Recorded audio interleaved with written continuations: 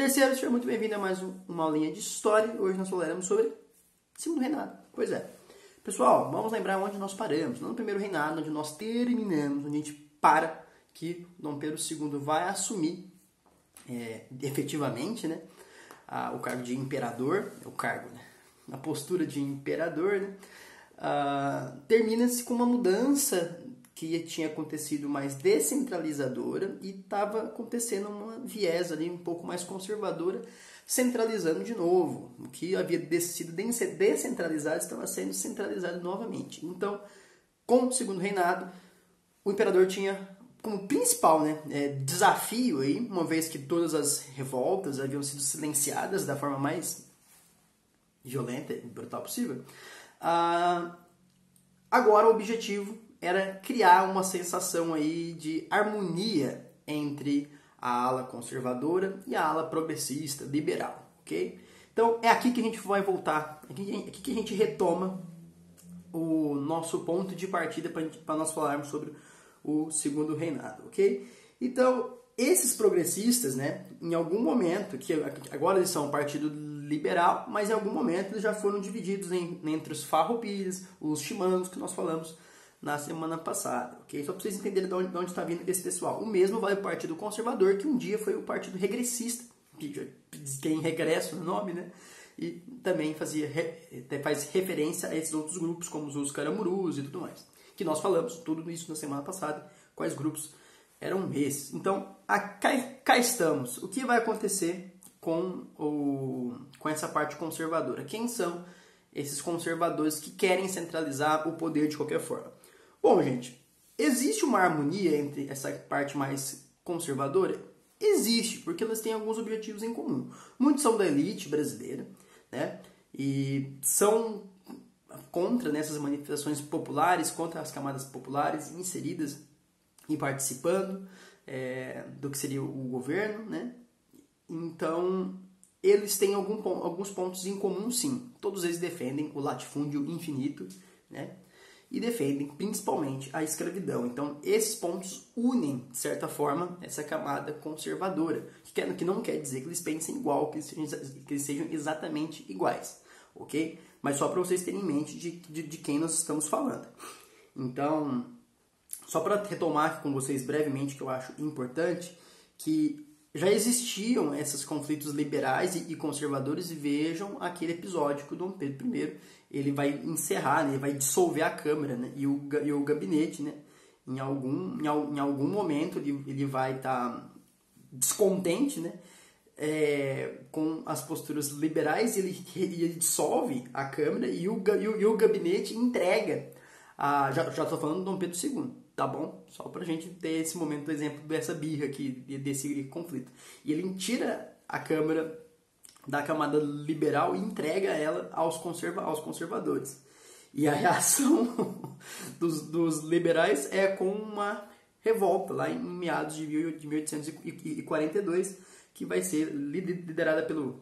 Nossa, eu gaguejei muito. Liderada pelo Diogo Feijó e pelo Teófilo Otoni.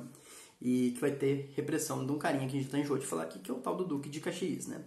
Então, mas posteriormente essa revolta, os chefes quem chefiou essa revolta liberal vai ser anistiado. Mas só para vocês terem em mente do tanto que esse conflito entre esses lados vai estar aparecendo com muita frequência. Só que isso, como tem esse teor que está sempre mudando, eles estão sempre trocando de lugar, eles estão sempre um assumindo a postura do outro, e existe essa tentativa do imperador criar uma harmonia entre esses poderes, essa divisão liberal e conservadora. Estou perdendo um tempo maior nisso, porque eu julgo isso muito importante para a gente entender como funcionava a sociedade nesse momento, principalmente os aparatos políticos e essas camadas políticas. Então, tem aquela frase, como eles estão sempre trocando de poder, nada mais conservador que um liberal no poder e nada mais liberal que um conservador na oposição. Então, o que isso quer dizer? O que essa frase que foi famosa durante esse período no Brasil, o que ela quer dizer? Que quer queira, quer não, eles tinham diversos pontos que diversificavam eles, mas na hora da atuação mesmo política, eles tinham muito mais... Estou me arrumando aqui. Eles têm muito mais semelhanças do que diferenças. É isso que em resumo, o que isso quer dizer. Porque a questão agora que a gente está falando de pacificar as revoltas no primeiro reinado, a questão é pacificar essa relação entre os liberais e os conservadores, que tem muitas coisas em comum também. Mas lembrando que parte desses liberais também eram de uma elite, só para vocês terem em mente que o ponto que eu estou explicar, as elites estão nessas duas camadas aí separadas e existem pontos em comum que vão estar ligando elas. O que diferencia principalmente a visão de como centralizar ou descentralizar o poder. Mas as elites têm o mesmo, de certa forma, ideal aí, ok? Só para diferenciar vocês entre os conservadores e os liberais, perfeito? Então, e como vai ficar o aparato, né, administrativo desse novo segmento do império, dessa questão do poder do imperador durante o segundo reinado?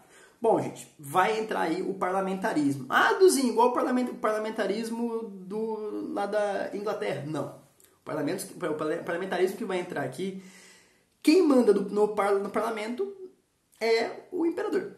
Enquanto o parlamentarismo inglês, o parlamento ele não vai estar respondendo diretamente ao que seria um líder, um rei e um líder, né?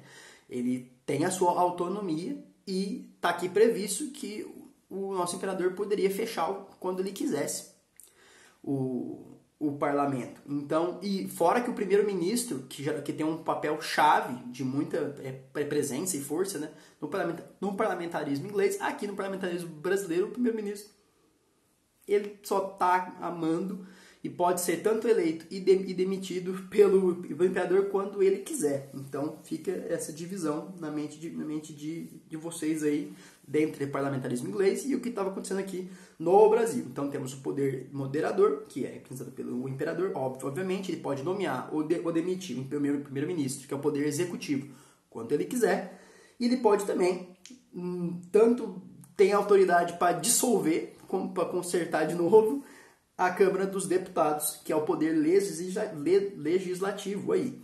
E esse primeiro-ministro, o cargo dele é nomear outros ministros. É isso. E os cidadãos, com votos, lembrem-se bem, censitário, ou seja, e indireto, elegem os deputados. Essa é a política do segundo reinado. É isso que está acontecendo durante o segundo reinado.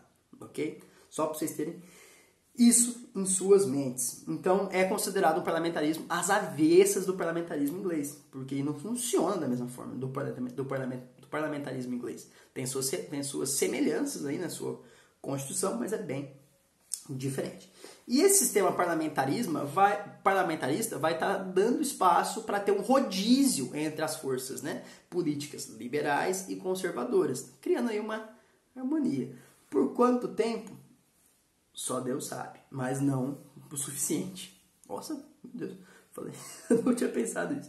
Então, a última revolta, gente, que vai marcar, a última revolta dita social, que vai marcar o Império, é uma coisinha chamada aí de revolta praieira. E essa revolta praieira, ela é marcada por um grupo liberal, né? Ela é datada, né, por ter a presença de um grupo liberal, que eles são contrários aos monopólios dos comerciantes portugueses e organizou o Partido da Praia, partido por isso, né, praieira, e ela tem como ideia de fomentar, né, esse ideal revolucionário, mas principalmente marcado pelo socialismo utópico. Duzinho, necessariamente influenciado pelo pensamento do Marx? Bom, aqui a gente está falando de 1842. Então, não é necessariamente um marxismo. Como eu já disse para vocês algumas vezes, o Marx não cria o socialismo, principalmente o socialismo utópico. Então, não necessariamente façam essa associação na mente de vocês, tá bom?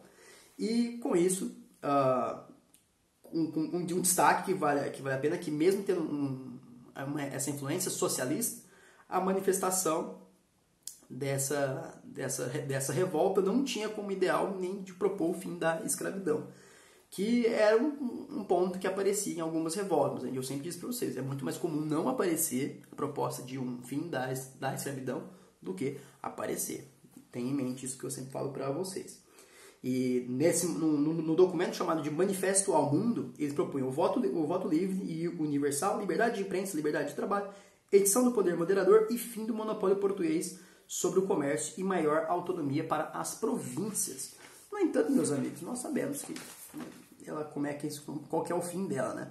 É completamente sufocado lá em meados de 1850 e o fim é o último suspiro de qualquer tipo de revolta, né, contra o modelo conservador que estava, lembra? Que é como termina a nossa última aulinha lá na semana passada, que é esse modelo conservador e centralizador excludente das massas populares. E agora, na segunda parte, né, na segunda metade do século XIX, vai ficar marcada aí como o auge do Império, com ordem, paz social e domínio dos barões de café. Pessoal, vou dar uma pausazinha para a gente já retomar numa segunda parte. Então, até já!